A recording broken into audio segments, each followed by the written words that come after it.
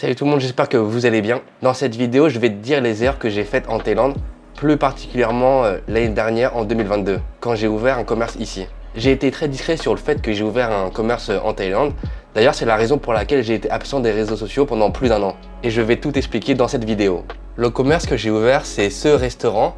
Je l'ai construit sur un terrain vague dans le centre-ville d'une petite ville en province en Thaïlande. Pourquoi j'ai fait ça dans une petite ville et pas à Bangkok par exemple? C'est très simple, c'est parce que ma famille en Thaïlande est originaire de cette petite ville. Et le terrain vague sur lequel j'ai construit mon restaurant appartient à mon oncle. Donc du coup, j'ai eu un prix très attractif pour le loyer.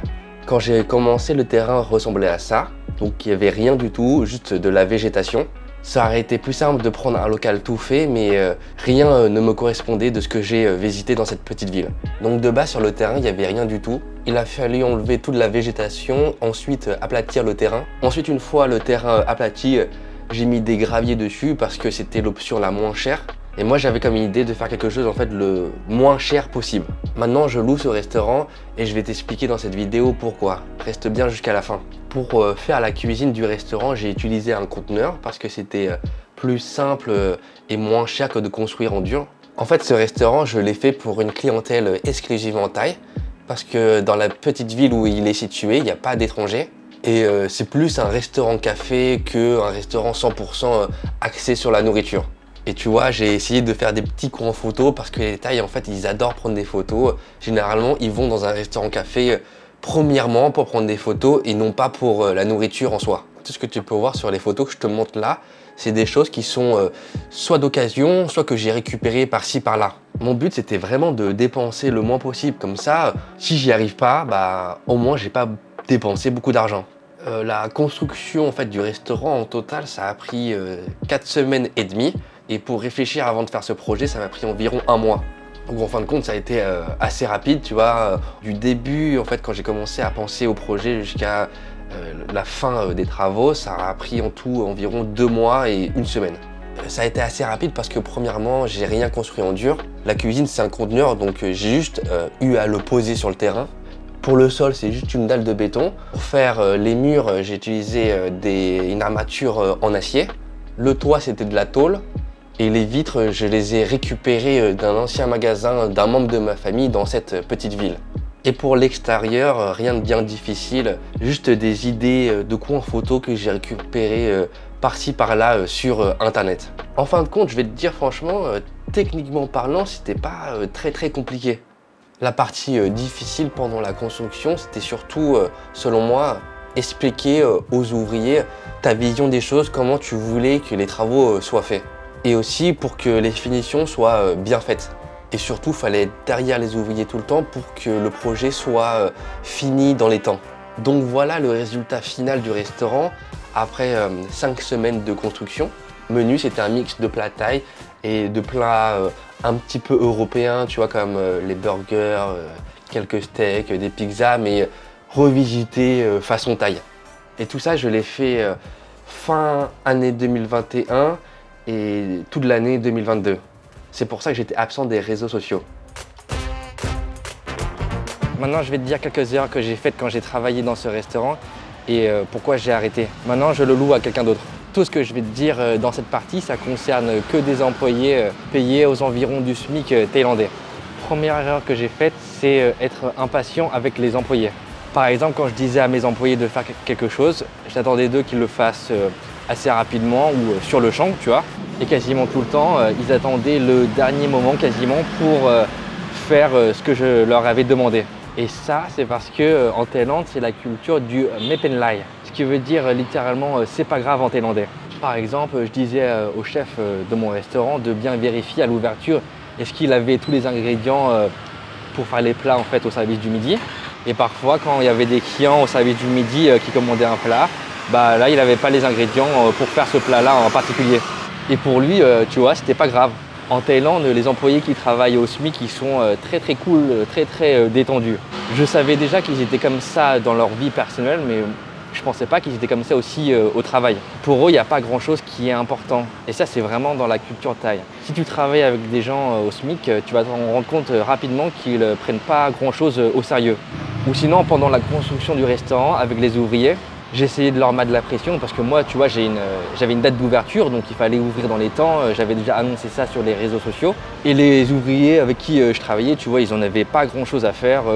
Pour eux, bon, bah, si on dépasse un petit peu la date, c'est pas grave.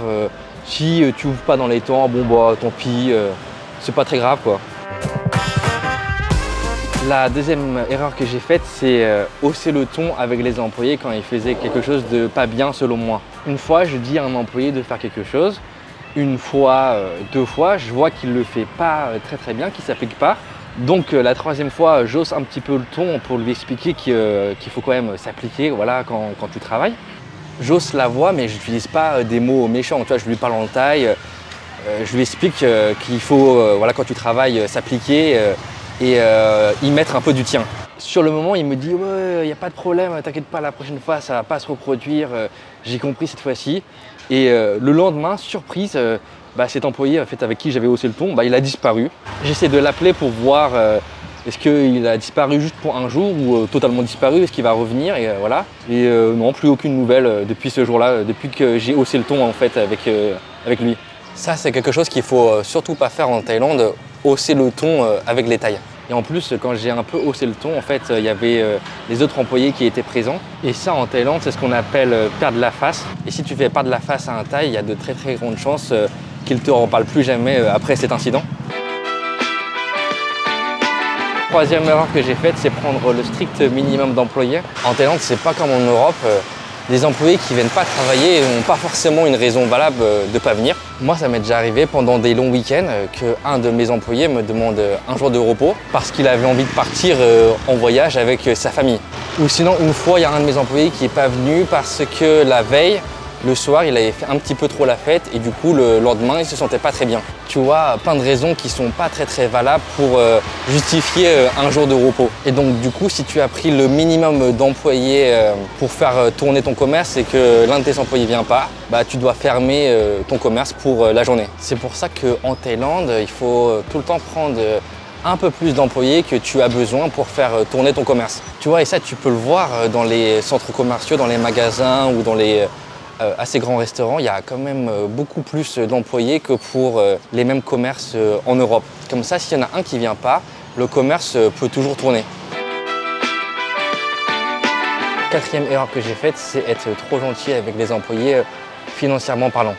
Au début, je me disais que si je payais mes employés 15-20% plus que le SMIC thaïlandais, il y avait plus de chances qu'ils restent avec moi sur une longue durée. Ce qui n'est pas le cas en réalité. Parfois, les employés, en fait, ils aiment bien ce qu'ils font. Ils sont satisfaits de leur salaire et ils t'aiment bien toi en tant que personne, mais ils vont quand même partir au bout de quelques mois. Ça, c'est parce que les personnes qui travaillent au SMIC en Thaïlande, souvent, ils ont beaucoup de dettes, beaucoup de crédits à la consommation. Donc, des fois, ils empruntent à une compagnie pour rembourser l'autre compagnie et ils font ça ainsi de suite. Voilà, c'est un petit peu un cercle vicieux. Et donc, du coup, au bout d'un moment, ils ne peuvent plus emprunter comme ça à l'infini. Et là, ils sont vraiment pris à la gorge. Et ce qu'ils font pour résoudre ce problème, c'est qu'ils vont disparaître pendant un petit moment pour se faire oublier des maisons de crédit. Tu vois, ça m'est déjà arrivé et quand je discute avec d'autres commerçants, c'est pareil en fait avec leurs employés. Des fois, tout va bien, ils ont l'air satisfaits de leur boulot, du salaire qu'ils gagnent, etc. Mais ils partent quand même. Et souvent, la raison, c'est ça en fait, ils ont des problèmes financiers. Ce qui peut arriver aussi, c'est qu'ils ont un problème avec leur femme, leur mari ou un membre de leur famille ou leur copain, leur copine. Et pour apaiser la situation, ce qu'ils vont faire, c'est qu'ils vont aussi disparaître pendant un petit moment. Donc ce que je veux dire ici, c'est que ça ne sert à rien de les payer beaucoup plus que le SMIC parce que en cas de pépin de leur côté, dans tous les cas, ils vont partir. Et tous ces problèmes que j'ai dit dans cette vidéo, ça arrive très souvent, tu vois. La plupart des employés au SMIC comme ça, ils restent que quelques mois en fait. Ils changent de boulot assez régulièrement. Comme je t'ai dit au début de la vidéo, maintenant je le loue, c'est plus moi le gérant de cet établissement. Ça c'est pour deux raisons principales. Premièrement, la ville où j'étais, c'était une toute petite ville dans une province du nord-est de la Thaïlande. Il n'y avait rien à faire, je m'ennuyais vraiment.